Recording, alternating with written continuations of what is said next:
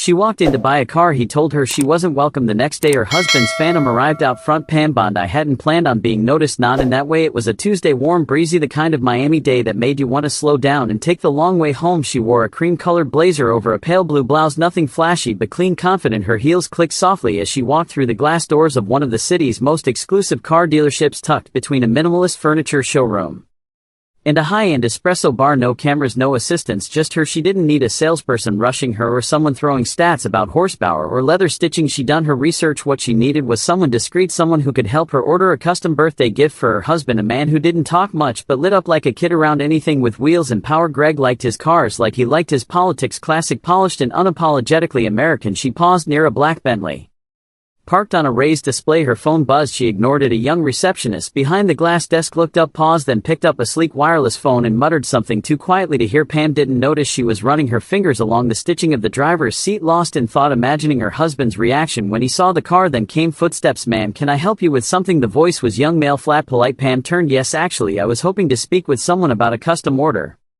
I saw your Phantom build options online and I'd like to put together something specific for my husband's birthday." I know who you are." That stopped her. Pam studied him. He was maybe late 20s, hair shaved close on the sides, navy polo with the dealership's embroidered logo. Something in his eyes had shifted. The customer service smile was gone. What replaced it wasn't quite anger, but it wasn't welcoming either. "Excuse me," she asked, calm but cautious. He glanced around, then stepped a little closer, lowering his voice just enough for only her to hear.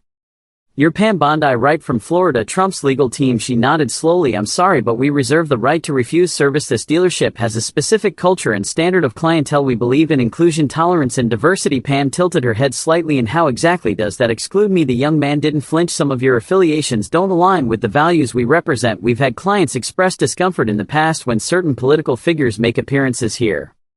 We just want to maintain a safe space." "Safe space?" Pam blinked, more surprised than angry. For a moment it didn't feel real, like someone trying out a line they'd rehearsed but didn't quite believe themselves. But he wasn't joking. "So you're saying I'm not welcome here?" she asked. "I'm saying," he replied, "that we'd prefer if you took your business elsewhere." Other customers had begun to glance over. No one said a word, but the silence hung in the air like static. Pam's eyes swept the room once, her lips pressed together.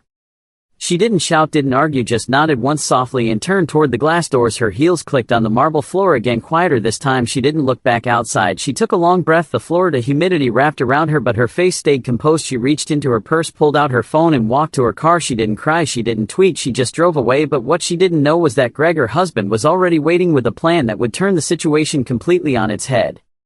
Greg Bondi was already home when Pam walked through the door. Their house sat just outside Coral Gables, tucked behind a row of royal palms with wide windows and floors that clicked when you walked in. Heels. He was in the kitchen pouring a glass of iced tea, his sleeves rolled up. The man never raised his voice unless a game was on or a jack on a car was unstable. She set her bag on the entry table. "You're back early," he said without looking. Pam hesitated, kicked off her shoes, then stepped into the kitchen.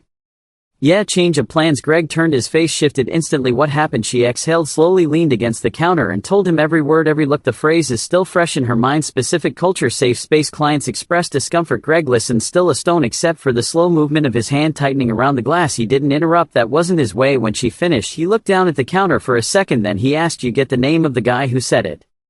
"No name tag, but tall, young, couldn't have been older than 28. Greg's jaw moved once like he was chewing a thought. "Did he raise his voice?" he asked. "No, kept it low like he was saying something decent." Greg nodded once. "Good, that makes it cleaner." Pam raised a brow. "Cleaner." He was already walking toward the living room, picking up his phone on the way. She followed. "Greg, don't make this a thing." "I won't." He stopped, looked back at her. "But I'm not letting some 20-something cashier with a complex and a corporate lanyard treat you like you walked into a biker bar with the wrong colors." Pam gave a slight smirk. "I can fight my own battles." "You did," he said. "You walked out with your head up. That's more than most would have done." He scrolled through his contacts, paused, and tapped. Pam leaned against the doorway. "Who are you calling?" Greg put the phone on speaker. A voice picked up on the other end. "Maxwell Imports. This is Devin." "Devin," Greg said. "It's Greg Bondi." Devin's voice instantly changed tone. "Greg, haven't heard from you in months.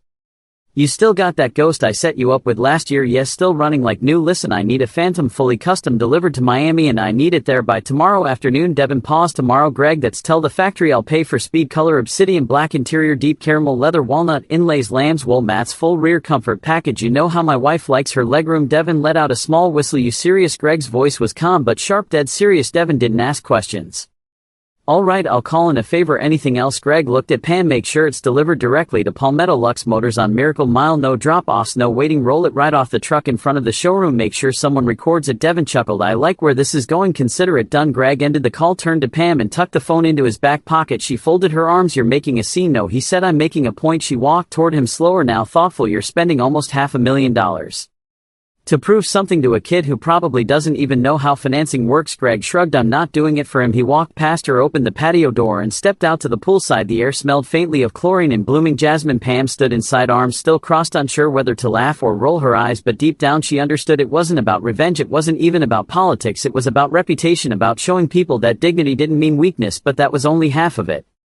Because by the next afternoon, what happened at that dealership wouldn't just stay local, it was about to go way beyond Miami. The next morning came quiet except for the light clink of coffee cups in the kitchen. Pam sat at the breakfast bar scrolling through emails. Her phone had stayed mostly silent overnight. No alerts, no headlines, no social media buzz, just like she wanted. Greg had already gone out for a meeting, but not before leaving a small handwritten note on the counter. Let them show who they are. We'll show them who we are. Gee, she smiled faintly at the words, folded the note and tucked it in her wallet. Pam wasn't new to this. She'd been called every name in the book, a punchline, a loyalist, a traitor, a fighter. It depended on the day in the news cycle, but this was different, not because of the insult itself, but because of how casual it had been, like being judged before she even sat down, and that burned in a quiet place inside her. She glanced at the clock, 11 a.m. She wasn't expecting anything, but something about the stillness made her uneasy.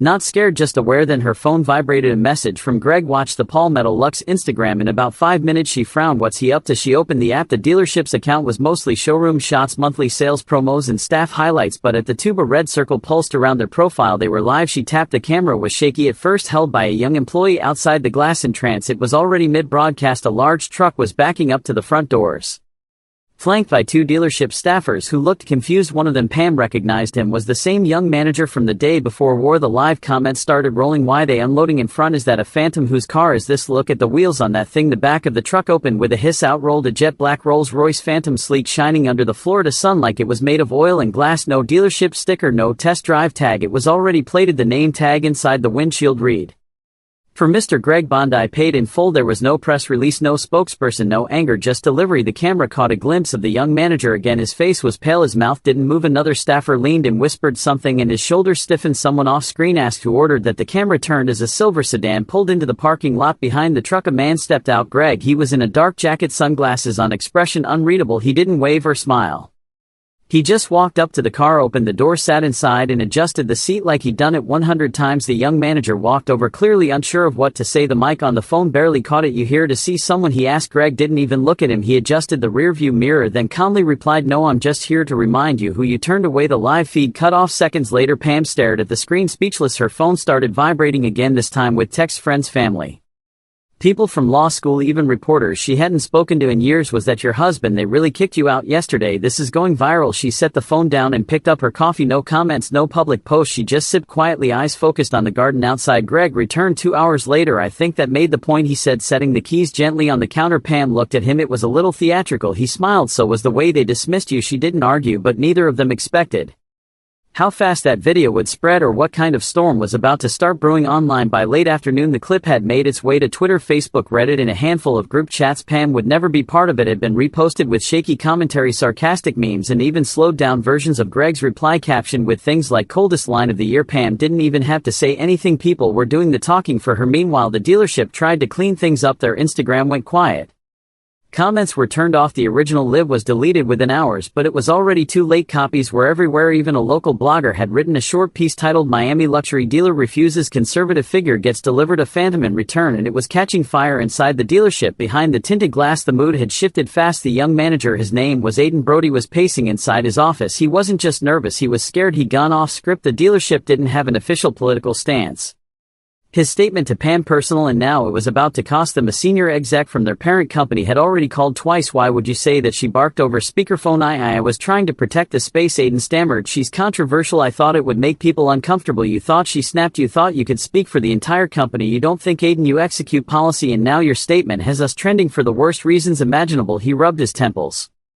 I didn't know who her husband was. I didn't expect him to buy a $500,000 car and drop it on our front steps. Yeah, well, guess what? Neither did we. She hung up out in the showroom. The staff was whispering. Customers were still walking and pretending not to care, but glancing sideways at the Phantom now parked across the street. It hadn't moved since delivery. A few employees had started joking quietly behind the coffee bar. Man, she got kicked out one day and then dropped a Rolls the next. She didn't drop it, her husband did. Same difference. That's love, bro. Inside his office, Aiden slumped in his chair and stared at his computer. He typed out an email apology 3 different ways before giving up. Across town, Pam and Greg were sitting on their patio again. I should have seen it coming, she said. I've been political furniture for years. Someone always has something to say. Greg leaned back, letting the sky darken above them. That's not the point. She glanced at him. Greg continued, people can hate your views, disagree with your choices. But when a kid in a branded polo thinks it's his job to gatekeep a showroom, he's not making a stand, he's making a spectacle. Pam looked at the glass in her hand. Still, I didn't want attention. This whole thing, it feels petty. Greg turned his head slightly. What's petty? Is being humiliated for existing. She didn't say anything she didn't need to. Inside, the news was starting to bite. A local reporter from Fort Lauderdale was requesting a quote. Conservative bloggers were spinning the story as proof of industry bias. A few even suggested boycotts, though Pam privately rolled her eyes at those. She wasn't interested in punishment. She wasn't trying to be a martyr. She just wanted to buy her husband a birthday car. That's what stung the most in Greg. He never said it out loud, but the gesture had less to do with revenge than respect, a way of saying you're not alone in this. I see you, I protect you. He picked up his phone later that night and sent one more message to Devin the broker. Thank you, the delivery was perfect. Don't say anything publicly.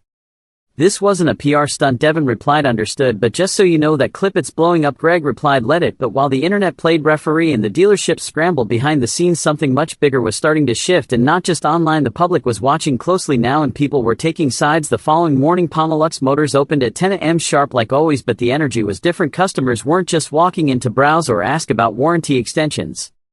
They were looking around, whispering, asking, is this the place from the video? 2 guys in their 20s came in wearing aviators and cargo shorts, not exactly the typical clientele for a dealership with a $300,000 minimum inventory. They walked straight to the front desk and asked, hey, where's the Phantom? From the clip, the receptionist smiled uncomfortably. That vehicle's already been moved. Damn, one of them muttered. Would have been cool to see it. They left without even grabbing a brochure inside the manager's office.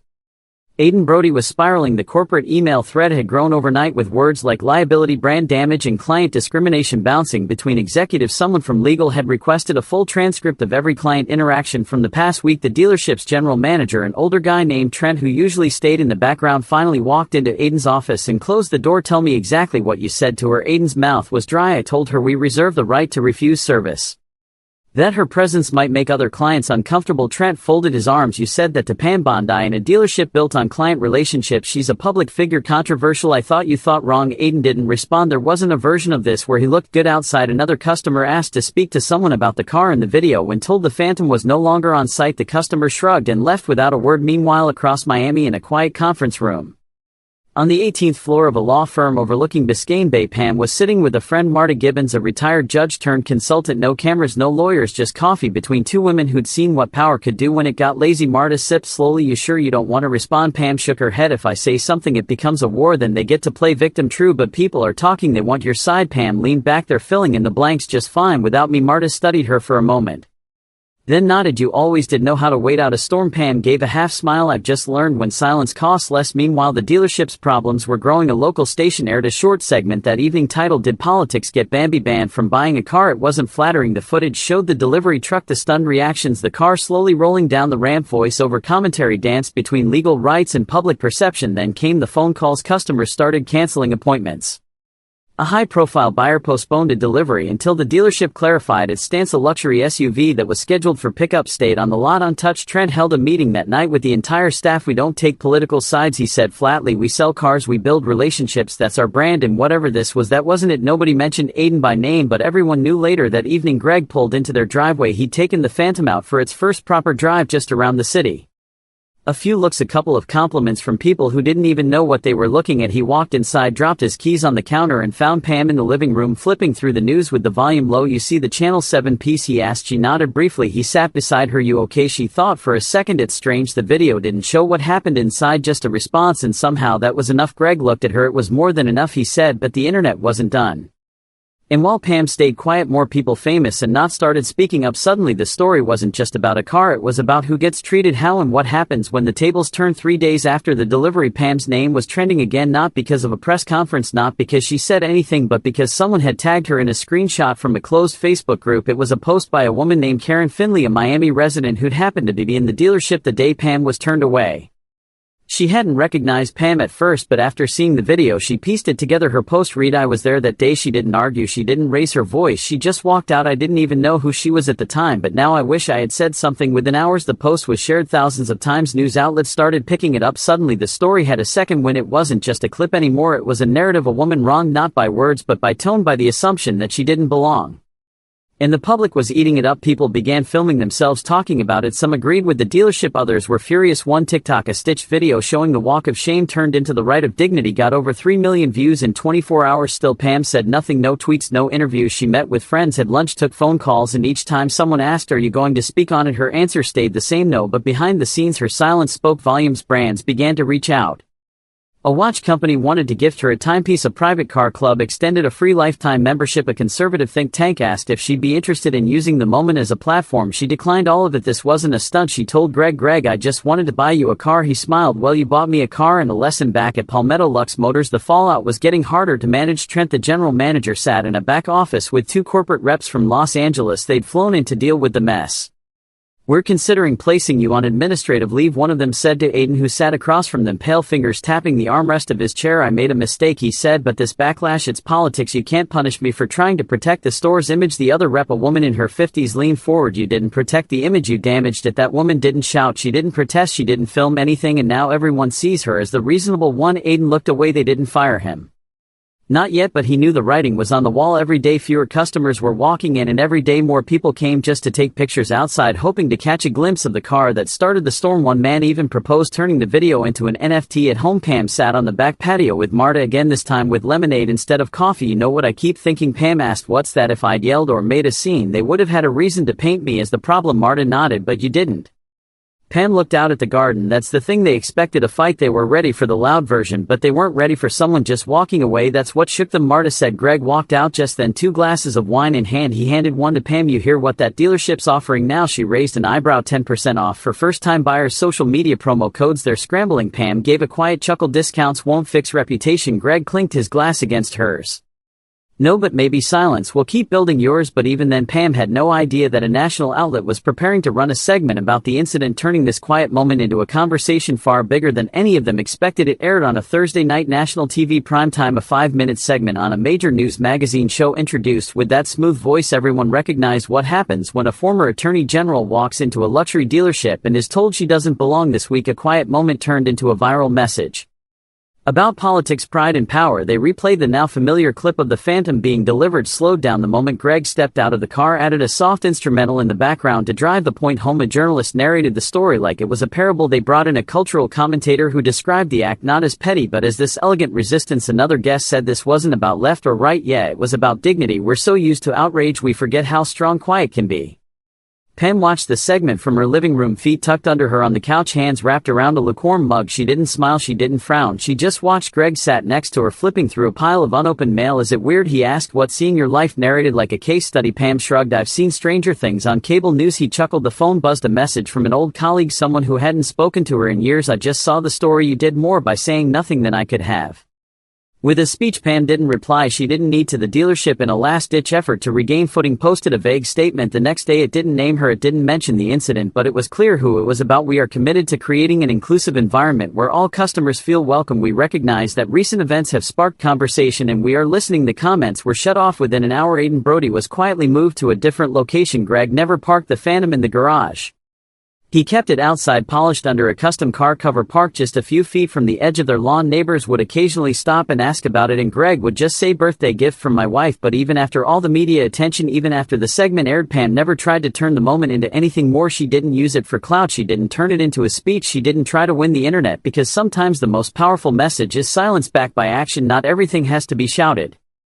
Not every insult needs a reaction. Sometimes the loudest voice in the room is the one that doesn't say a thing but makes everyone else rethink how they speak. That dealership they'll forget eventually. They'll change staff, change policies, change the color of their walls, but that clip of the Phantom rolling down the ramp, that will stick around because it wasn't a show, it wasn't vengeance, it was restraint wrapped in leather seats and horsepower. A reminder that the way you carry yourself when no one's watching speaks louder than the noise that comes after. And maybe that's the lesson in all of this. The world's loud enough. Be the one who moves different, who chooses respect when it's not given, who holds their head high even when others try to drag them low. Pam never wanted to be a symbol, but for a moment, without raising her voice, she became one anyway, and the world listened. If this story moved you, if it made you pause, share it with someone who needs the reminder you don't always have to shout to be heard. Subscribe for more real stories that show what character looks like in the moments that matter.